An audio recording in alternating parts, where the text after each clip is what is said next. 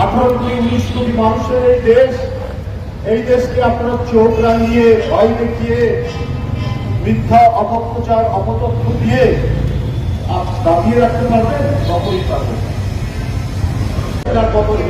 সেই দিন থেকে ক্রমাগত ভাবে রিপাবলিক বাংলা, ক্যালকাটা নিউজ, একের পর এক এই সমস্ত সামাজিক গণমাধ্যম একবারে ডাহা মিথ্যা কথা তিনি বলে বেড়ান। আমরা ভারতের কোন অভ্যন্তরীণ বিষয়ে কোন কথা বলি, ওখানে কংগ্রেস বিজেপি কে ক্ষমতায় আসছেন যাচ্ছেন, এটা তো ভারতের জনগণের ব্যাপার।